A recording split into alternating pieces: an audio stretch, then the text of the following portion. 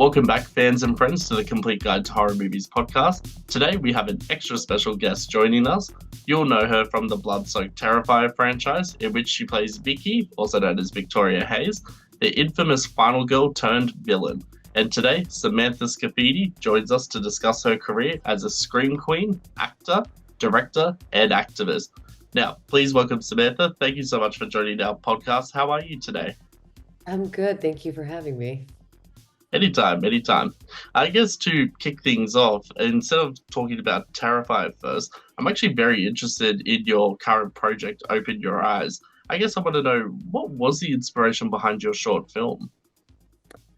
So Open Your Eyes, which is a short film, it was inspired by a dream that I had, and the opening sequence of the short film, which has been watered down so that it fits into a short, was just directly from the dream itself. And I guess inspiration came because it was something where I was exploring kind of what would happen if there were events in our past, whether they were traumatic or negative, positive, whatever it is, if we suppress that, what ultimately does it come out sideways? How does it manifest? And that's just kind of what I was exploring in my own, I guess, dream that I then explored in my own writing and then made into a film.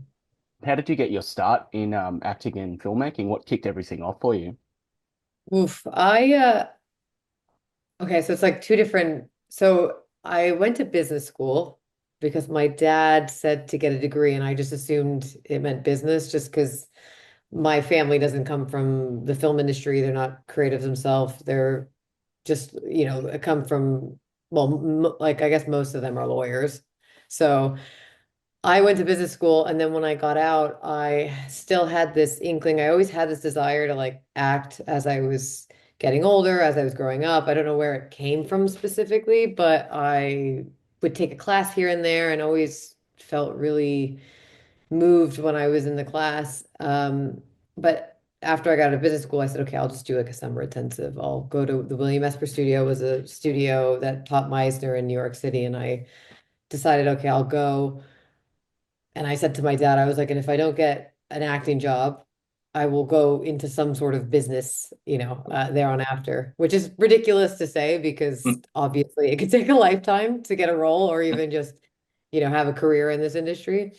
So I did not get a role that summer, but my dad and my mom both saw how much I lit up when I talked about acting and how much I opened up when I got out of the class. So my dad basically sat me down and said, look, if you want to do this, if you're really passionate about it, then you have to do it the right way. You have to, go and get a craft, go get a foundation.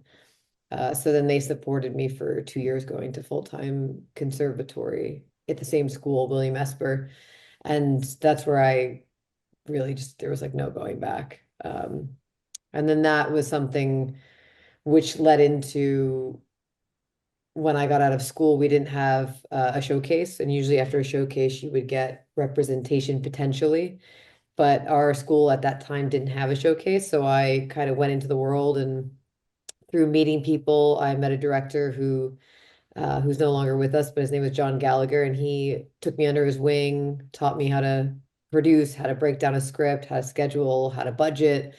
And that's kind of where I started getting my indie filmmaking roots. Nice. And then yeah, it was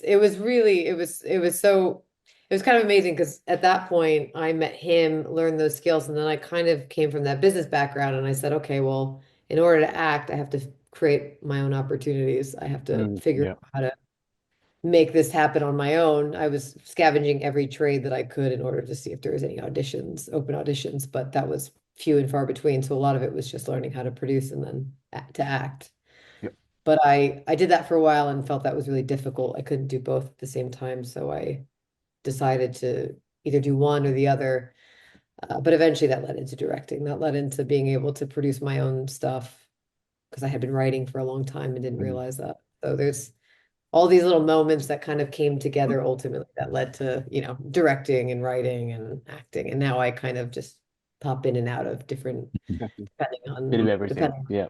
Yeah, depending on the story and depending on the opportunities that come. Can you tell us how you originally got involved with the Terrifier franchise, which has now been a massive box office success?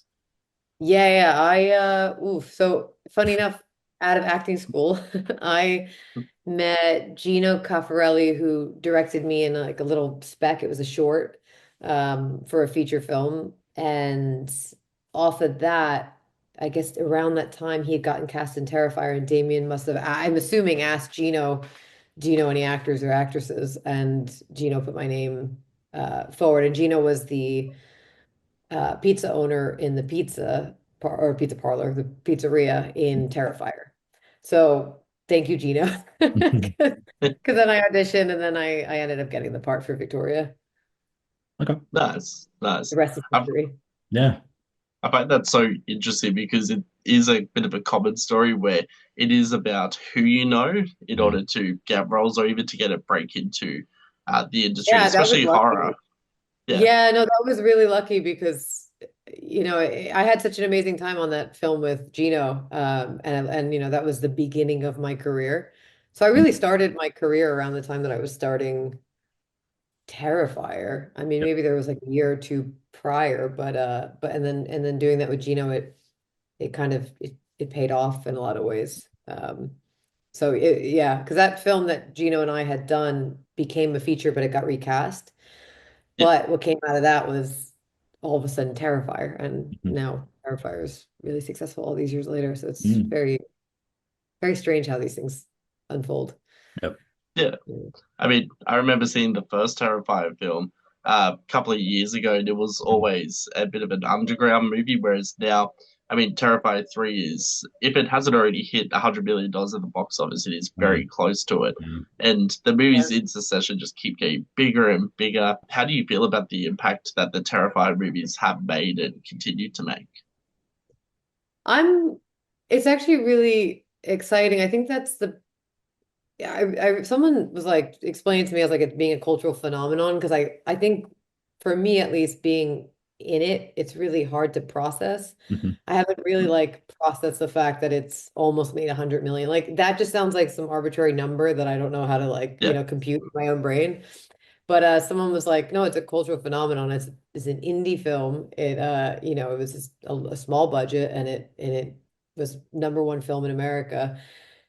So when you put it in that context, and then you talk about all the people that it inspires along the way, all the people who question or hesitate, like, should I stick to my laurels and really like, make the film I want to make and Mhm. make it independent and make it in my style. So many people have come up to us and have expressed how inspired and how grateful they are. And I mean that those are like kind of like the moments that really mean a lot in terms of how it's affected the industry and the horror community Mhm. specifically. Um, but yeah, it's exciting. I always love being a part of something that's like the little engine that could or like defies the odds of like, and then we've done that in so many ways. I mean, I guess number one unrated film of all time Mm. in terms Yeah. of its early Yeah. things is like it's just insanity. So it's wild. Oh, he used to be so hot. Your new book, I Didn't Know How to Tell You, is Hmm. something that comes from a very personal place. I can imagine this would be a very difficult subject to delve into, and if you're comfortable, tell us a bit about the process of putting this to paper. Yeah, no, I'm actually more comfortable than I've ever been talking about it, but I think so for people who might not know, I am very open to talking about how I in the past was in a domestically violent relationship. And that was something that definitely informed the person that I would be, I'd become. But I after that experience, I realized how much shame and stigma was attached to it. So I've decided I was going to find ways in which to incorporate this into my work so that I could dispel the shame in society because for some reason it feels like domestic violence is always a really difficult subject matter for most people to talk about or even just admit that they themselves were in a relationship or know someone.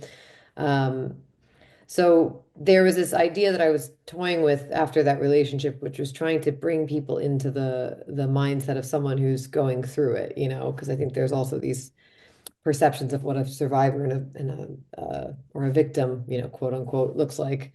Um, and I wanted them to see and feel who that whole person was and maybe find moments to connect to them. And so I had this idea that I was toying with that would, I used to write notes on my phone, about anything, whether it was an idea, creative idea, or just something I was feeling or something like a reminder, but I had thousands of notes.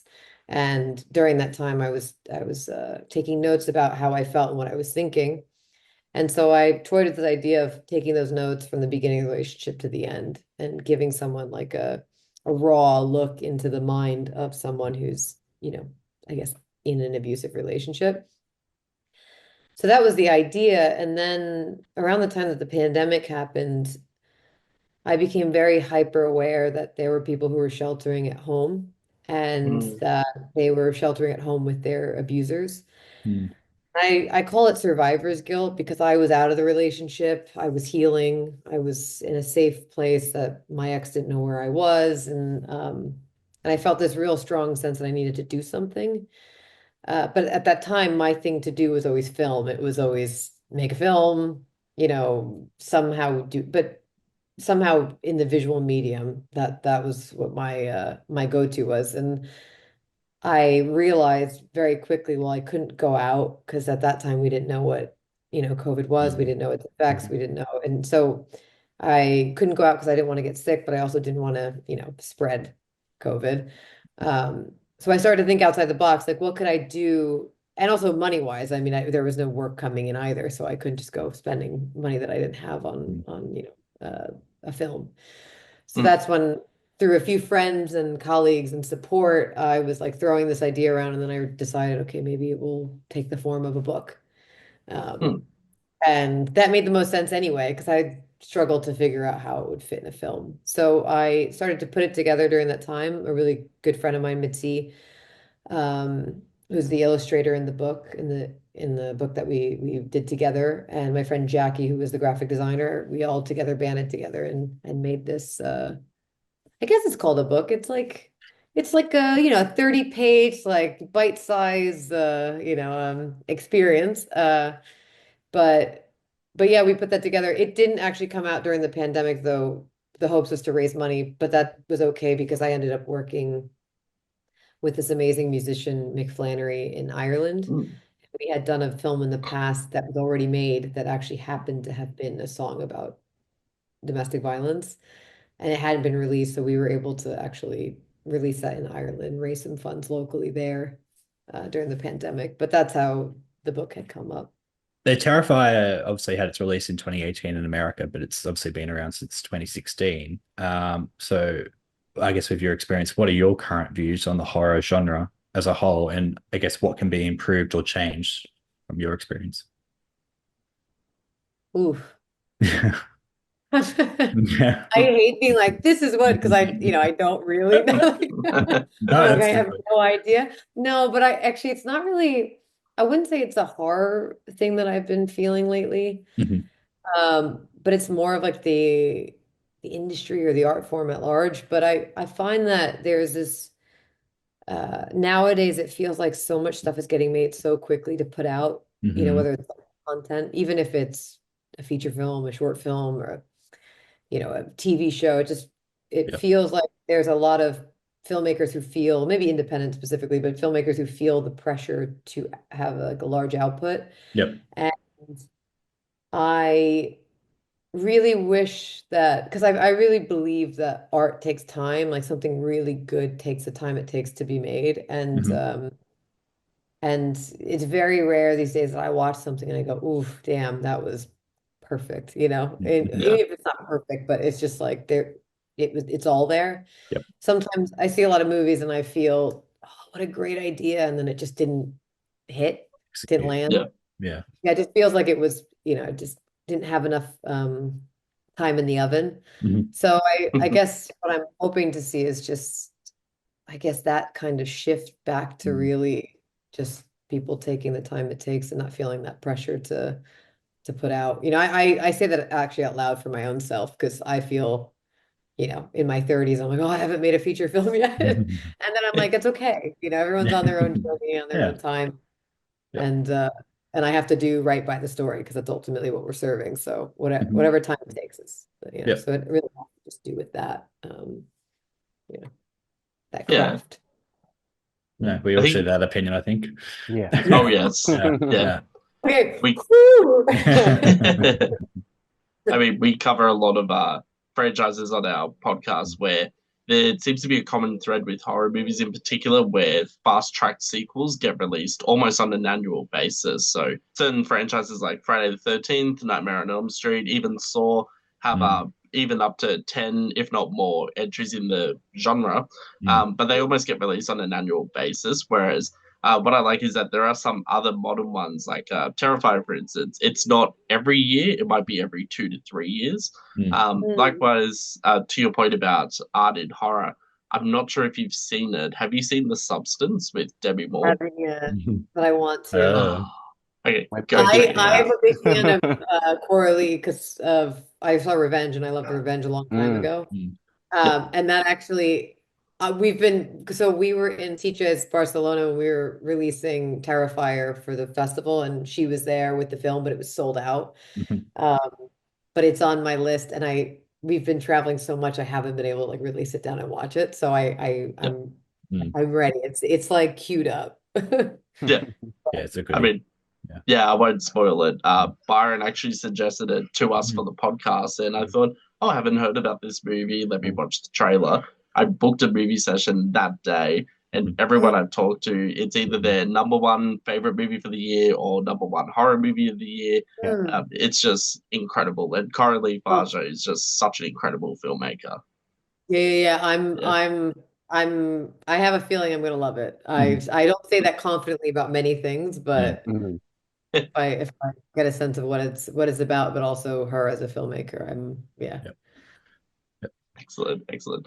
Now, you've worked with the non-profit organization RAINN, which is spelled RAINN, who have done some phenomenal work raising awareness, helping victims of abuse, and ensuring justice is brought against perpetrators. How did you become involved in? Can you tell our listeners about the organization? Yeah, RAINN's an amazing organization. So it stands for Rape, Assault, Incest National Network. And they shed light, bring awareness to, whether it's like systemic issues, whether it has to do with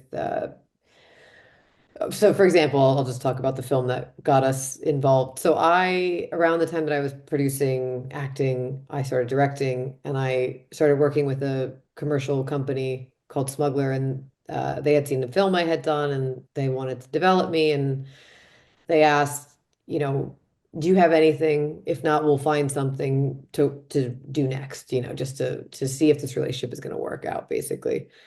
And I brought forward a script that was called Wait, and it was based off of an experience I had in my 20s where a really good friend of mine at the time called me and said, "Hey, I've been raped. Can you come with me to the hospital? Um, I need to get help." And also, that's where you would get a rape kit. Hmm. Um, so I went, and my mother actually went with me, and we uh, assumed we would be seen almost immediately. Like I had this whole idea of what would occur in my Hmm. head about this. But sadly, what ended up happening is we waited 10 hours for her to be seen. And if you know the reality of someone who's just been raped, they have to stay in the same clothes. This has been something that's been traumatizing, and they're already in that emotional state. And so I watched and I witnessed, my friend at the time starting to doubt herself, doubt what happened, and I just remember being really angry. Hmm. And like I said, early 20s, didn't understand what was going on. Mm. And that's not even near what she was going through in that time. But anyway, so time had passed, and I must have written this script just because it was a event that stayed with me and I wanted to understand it. And so when they had asked me, "Do you have anything?" I put forth four things, and this was one of them. And they were like, "This is really powerful. We really want to make this with you." And it became this film called Wait. And we filmed it on our own, and then Rain, before we put it out, we reached out to Rain and they had seen it and we had shared it with them and they were like, we really want to be involved. And then they shed light on all the reasons why what happened that day happened, which is that the hospitals are underfunded. There's a lack of resources. They're understaffed. So they shed light on information like SANE nurses are specific nurses that do the kits, and the course to take it is really expensive, and usually it's at the dime of the person who wants to become the examiner. And most people can't afford it who want to be those nurse examiners. And yeah, like they explained how there's a plethora of issues just within sexual assault in hospitals with rape kits not even getting done. They're sitting, there's basically like a stockpile of them that haven't actually even been processed. And Mm. so it's really like it's stuff like that where RAINN comes in and can really explain, but also is on the ground doing that work and helping out. So we got involved on Wait together, and it was such a beautiful collaboration, and they were such an amazing partner in that process. And the film ended up doing really well. It got out there, and a lot of people, whether people who had waited themselves in hospitals or nurses who wanted to become examiners, had seen it, felt that was a really important story to tell. So that was the first of two films that we did together, and the second was Walk. And my goal with RAINN has always been to show how sexual assault disproportionately affects different people, depending on their background.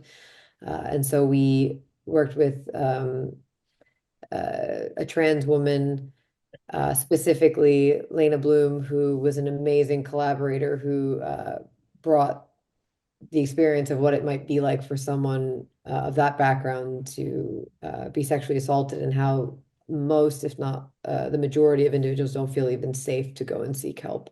And so that was the second we had done together, and yeah, they're an amazing organization, and they've done really great work, and they continue to do really great work for survivors.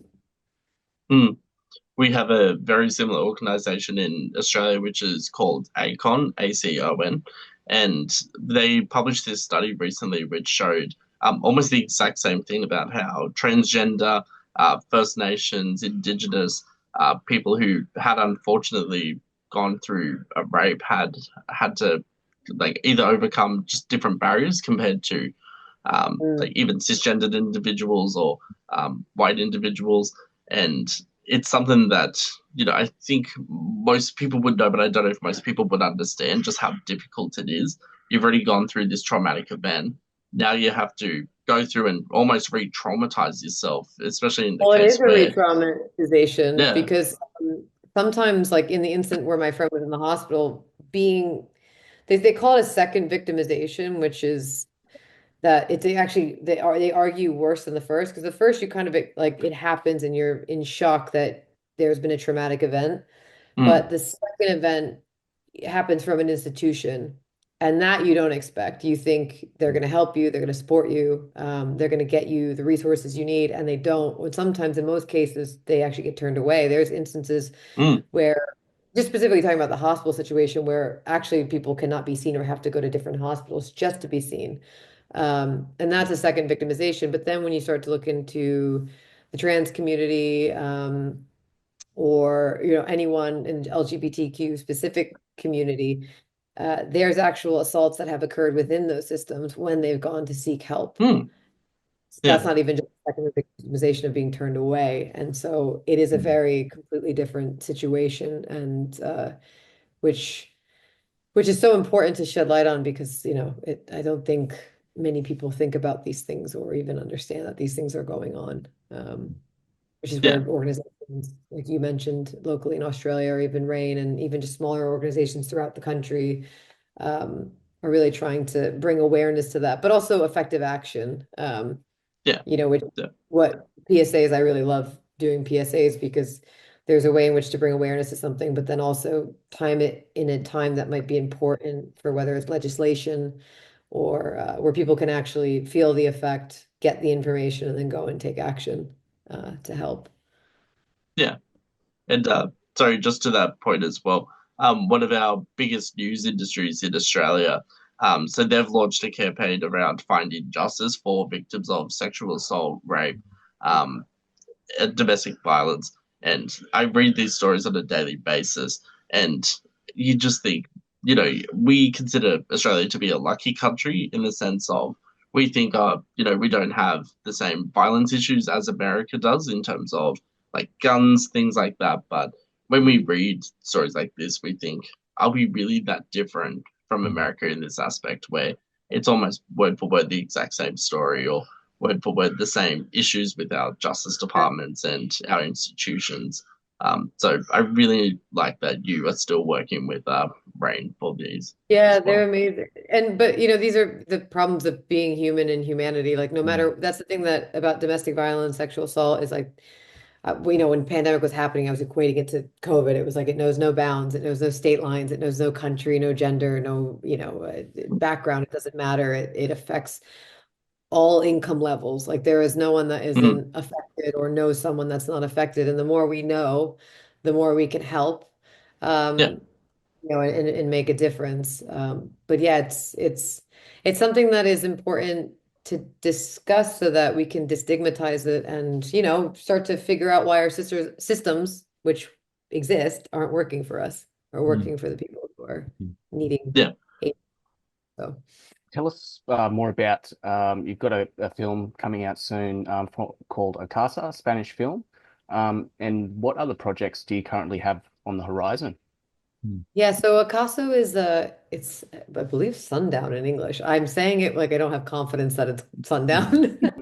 But it has to do with sundown syndrome. But it's directed by Alexander Mansfield Martinez and starring Ramon Barea, who's a very well-known Spanish actor.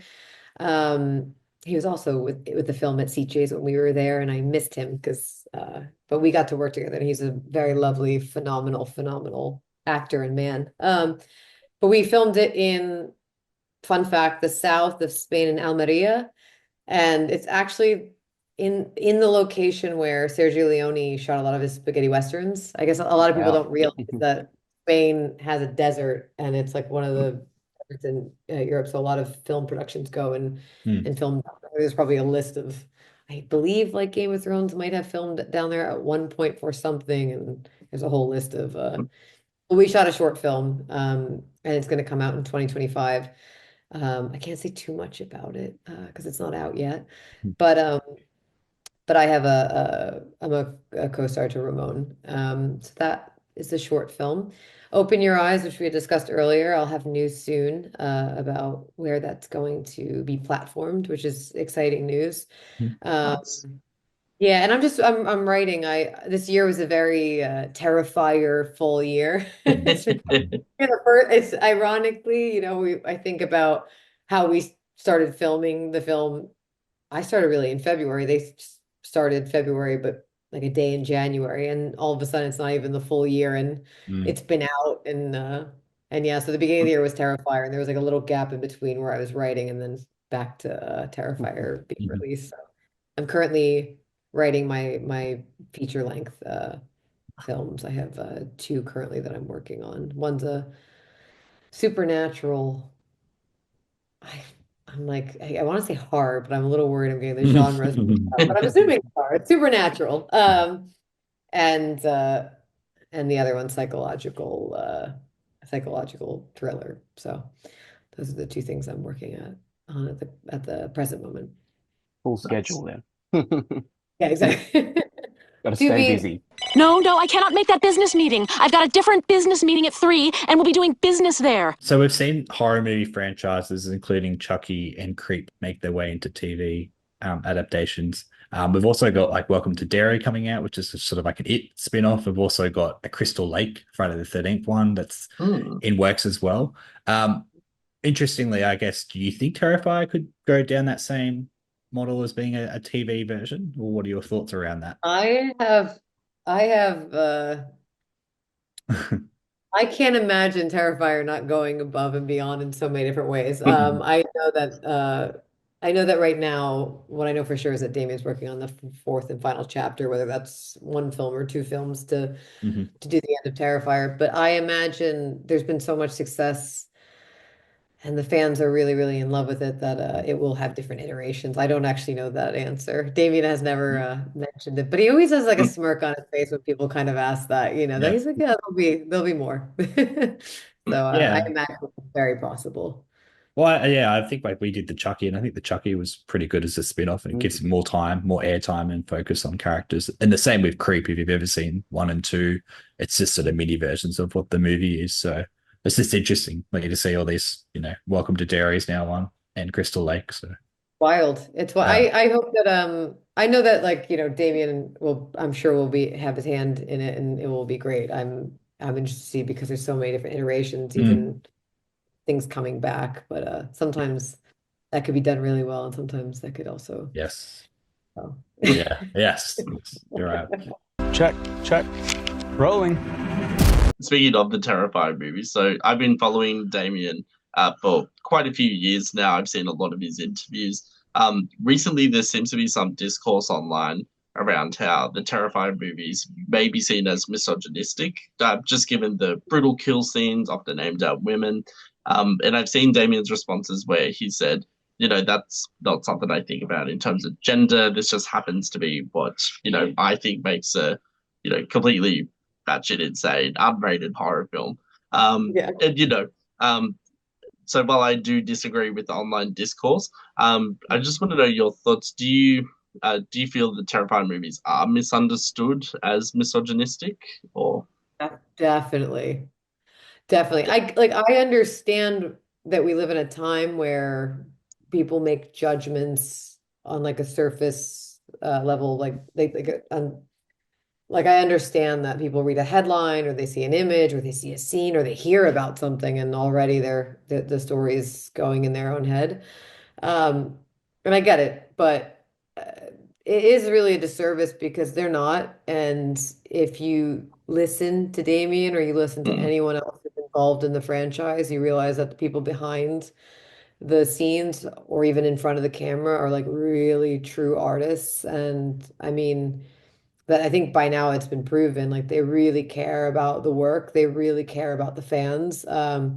It's a horror film, and Damien's art is brutal, but art brutalizes everyone. Doesn't matter what gender you are, what race you are.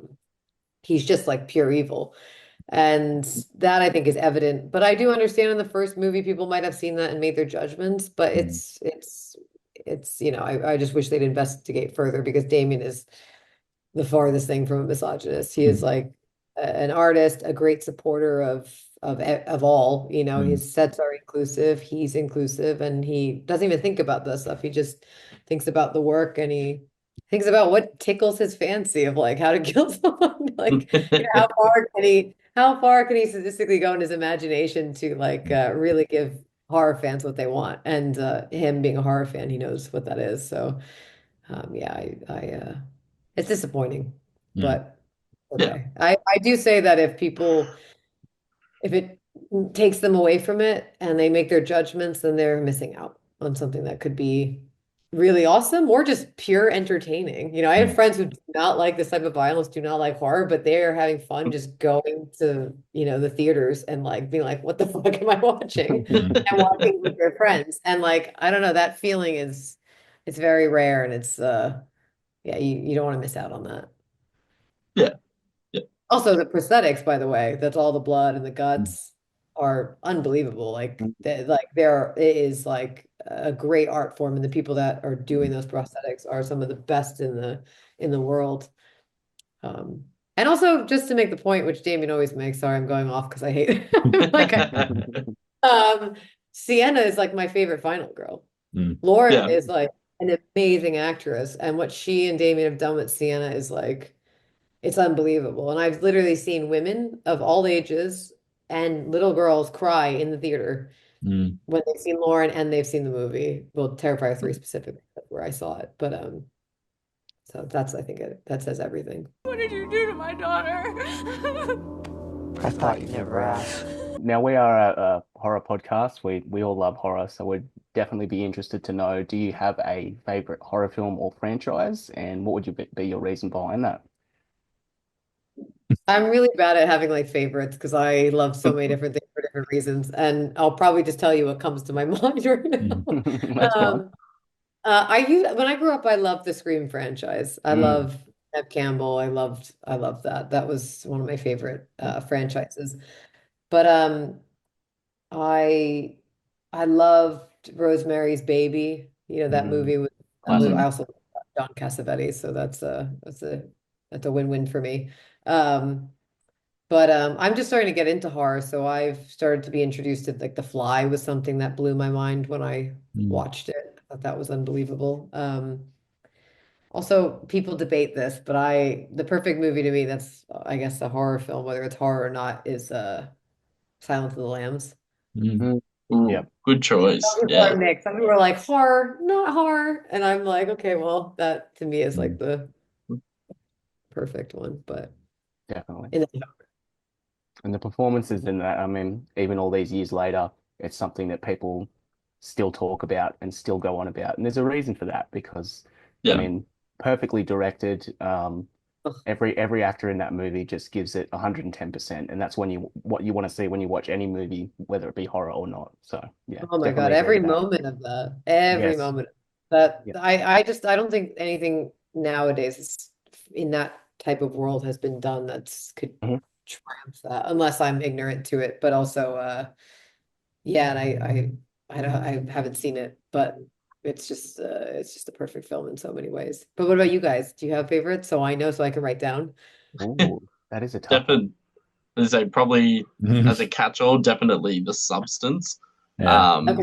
Ooh, As like a okay. modern, but Mm, I'm gonna go against the grain. So Mm. obviously, so I recently watched Terrifier 3, mm. because I'd seen the first two, and then with the third one, they didn't actually have it in cinemas where I live, which is funny because I live in Oh. Sydney, which is the biggest capital city, but there were Mm. no And it was in Terrifier. Australia. It was like Yeah. it was Mm. yeah, that's weird. Yeah. Whereas like they had sessions everywhere in Melbourne, everywhere in Brisbane, and the rest of Australia, but not little Sydney for some reason. But Yeah. yeah, I was actually very happy with Terrifier 3. I loved it.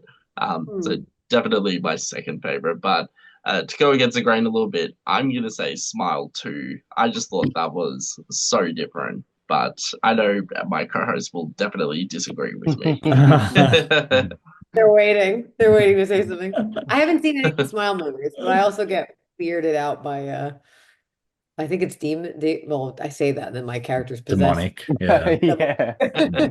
I'm like, I don't like demon stuff, and then I'm literally possessed in Terrifier 3 and 2, but it's fine. Yeah, yeah, it's I'm a- very I'm a- unnerving. Yeah. I'm a big What about fan you of. guys? I really like kind of like cheesy comedic horror movies. So I'm a big fan of the Chucky movies. That's probably my favorite Yeah. franchise. But there's a movie from the 80s, and we actually covered it on our podcast previously. And it's got Hugh Grant and Peter Capaldi in it. It's called Lair of the White Worm. It's a British Okay, horror Lair of movie. the White Worm. Lair of the White Worm. It's I not. like horror comedy too. I think it's Yeah, it's yeah. very, very silly. You can't really keep a straight face watching it. It's very Right. campy, and I just, yeah, absolutely love it. And it's just a really fun Lair time. of the White Worm. Lair of the White Worm, yes. Okay, lair or lair. Lair, Blair without the Lair B. of the Okay. monster. Yeah. Sorry. But it's My yeah, accent. Amazing. Okay, I'm gonna look it up. Yeah. How about you? Look, Saw's gonna be my favorite of all time. Saw's great. That I haven't Um, seen. Okay, I haven't seen um, beyond the first Saw or two because I'm very bad. It's gonna sound ironic with blood and guts. yeah. I thought Saw was great when I saw it, but it was. But It's it like, was. I mean, they're not all great. Probably like 1, 2, 3, 6, X. X, yeah. So probably So five, many of them. 5 of 10. I just remember someone being turned and twisted, and Yeah. I was Oh, Mhm. yeah. Yeah. No, I was like, I I hate that can't. scene. Like, I'm done. Yeah. Wrong Turn's good if you like, cannibals, that sort of Wrong thing. Turn. I remember Wrong Turn with Yeah, Desmond so Harrington. we love Wrong Turn. Yeah, back in the cannibal movies, especially those weird ones in the woods, scared the shit out of me. But Wrong Turn scared the shit out of me. There was a weird period where I had a little crush on Desmond Harrington, so I was watching Wrong Turn, Ghost Ship, like all these. Ghost Ship. Yeah, Yeah, love Ghost Ship. those shit. House of Wax, Eden Lake. Yeah, there's Mm. little baby ones. Yeah. Yeah. You know, if I hadn't seen you beat shit at the X Games last June, maybe you'd stand a chance. Hey, I made the street comp finals. Okay, here's a clue. I only give it up to winners, not guys who choke. We do have this running joke throughout our podcast where we have to mention Final Destination 3 in every episode Yes. because Oh, of course. that was Yes. one of our like earlier episodes we covered. I think it was episode number 3, and Hmm. there's one scene in that which I talk about all the time, which is the 2 girls in the tanning beds. Traumatized me as a Oh kid. no, wait, was that in Yeah, 3? yeah, In the third one, yeah. Then yeah. I must have either seen 3 or not seen it and saw It's got the roller coaster in 3. yeah, I've seen it then. It was so Yeah. long ago. Was it a long time ago? Yeah. I think 2005, Okay, about tell me about the tanning bed. yeah. So why do you that talk freaked about me this? out. Oh, I literally listen. I'm not really a tanner, like because of it's just not healthy for you. But once in a while, before an event, I've done it, and I Oh. would always, because of that movie, have to put my arm outside. I would never do one of those enclosed tanning beds where you're standing. Yeah. Yeah, yeah. I'd always do the lying down ones, but I would. It's made no sense. I would like hold it up so it was open because I was so afraid it was gonna close. Always need a way out. And it's Always all need a from that way out. movie. Yeah. Yeah. Still to this day, I will not, if I ever, I haven't been in a tanning bed in a while, but if I ever go in a tanning bed again, I will not close it ever because of that movie. I don't think Australia has them anymore. I think after that movie, they just abruptly removed them. Yeah, I don't Yeah. see many I think around they made it a Melbourne. thing in Australia to be like, no, we don't have them. So Yeah, I don't know no. if there is Good. one around. You I'll be guys on don't like, need it though. You got beautiful sun, you got the Yeah, beach. exactly. I wouldn't go in the Yeah. water, but I would. yeah. A few degrees won't hurt. What advice would you have for someone that wants to explore an acting career or filmmaking career within the film industry? I guess what some points or tips you would have towards that? Oh man. Oh, God. Sorry, my brain was like, I feel like, I think I think it kind of also goes back to what we were saying earlier about,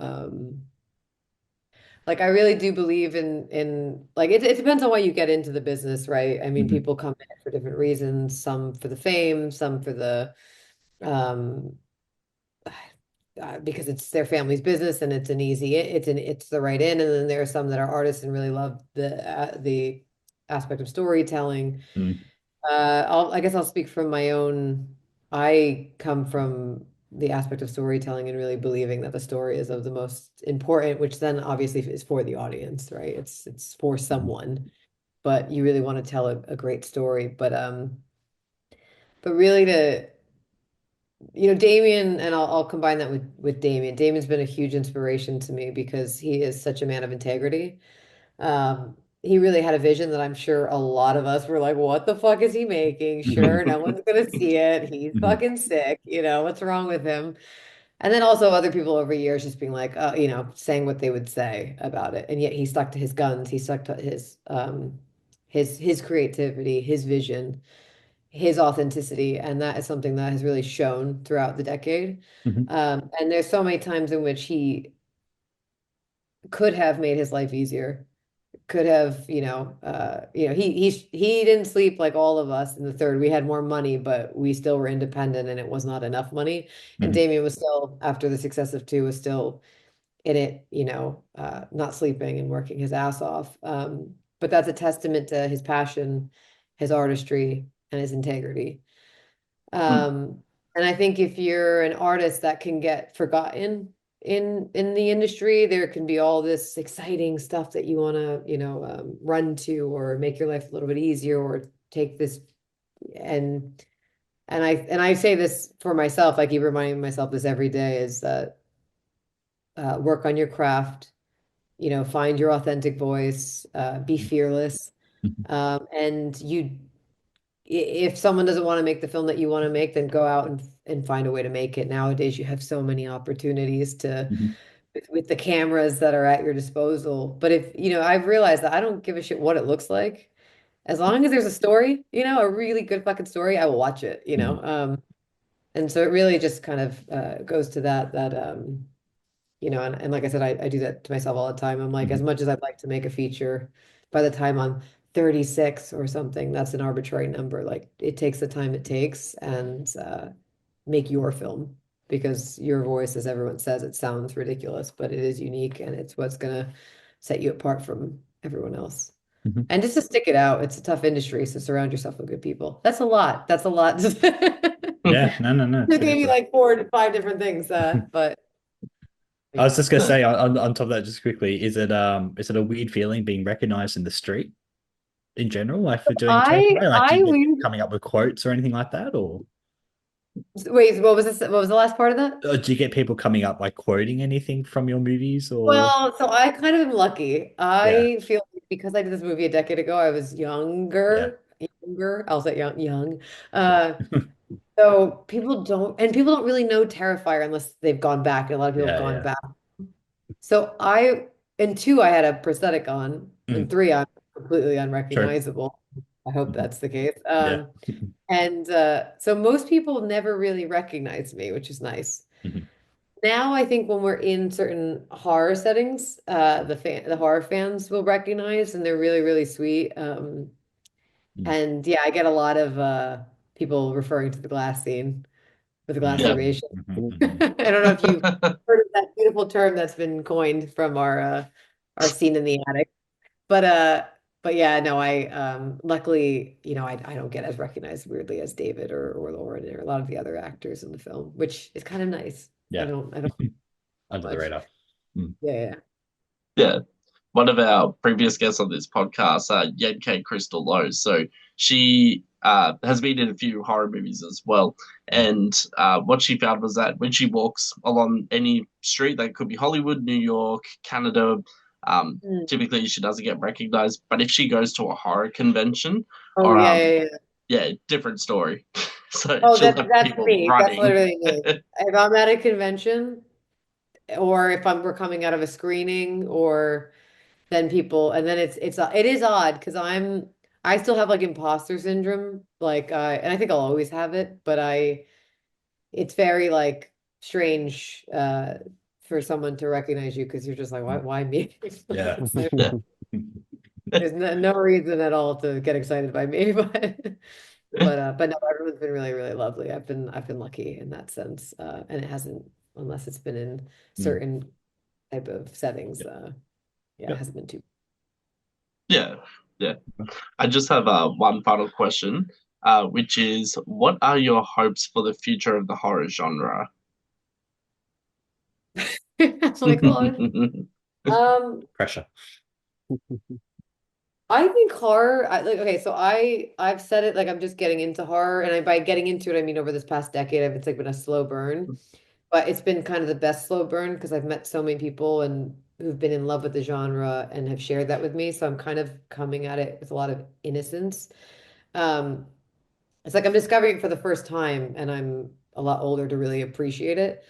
Um, so I've realized that the horror genre is something that's so magnificent because it's entertaining, it's cathartic in a lot of ways, but also you can Trojan horse like the best ideas or even just like these philosophical and existential, whatnot, have you not. But so I'm excited to see more, I guess, like original Mhm. ideas. Mhm. Like, I Yeah. watched When Evil Lurks, and that premise was so original to me.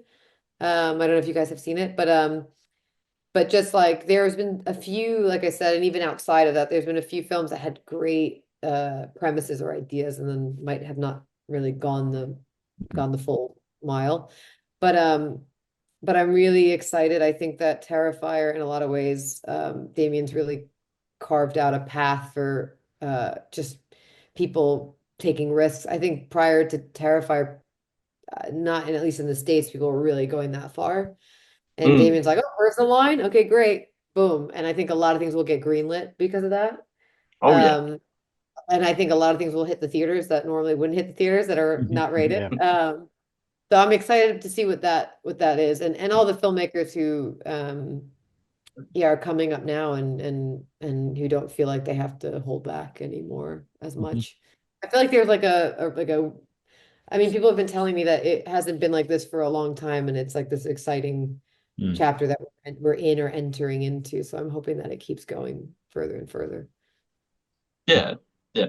And to that point as well, I hope that the success of the Terrifier franchise sends this message to all the studios, whether it's independent studios or, big studios like Warner Brothers, Paramount, etc., that, stop watering down concepts, stop watering down originality because you're only shooting yourself in the foot, whereas Mm. this is now such a big I mean, it's cultural made almost success. 90 million, and it's going back into the theaters to try to make the 100 million. And Yeah. I think that if they were worried before, now they're seeing the dollar signs. And Yeah. it's like that is crazy that an unrated movie made that much money. Yep. Oh, yeah. So I think that I think so too. I think it will. I think there'll be more, a lot more. Good thing for I can't everybody. guarantee they're going to be great, but they'll be at least pushing the envelope. Yeah. Now, Terrifier 3 is returning to theaters this Christmas with a goal to reach that 100 million at the global box office. So if you haven't seen it, make sure you check it out. And if you've already seen it, go again and again, because honestly, it's such a fun ride. Also, check out our guest, Samantha Scaffidi, on all the socials. Links are in the description. We've also linked RAINN in the description too. Please check out all the great work they do. And Samantha, thank you so much for joining us today. Thank you guys for having me. This has been such an awesome chat. You're the only thing that's keeping her from letting me in.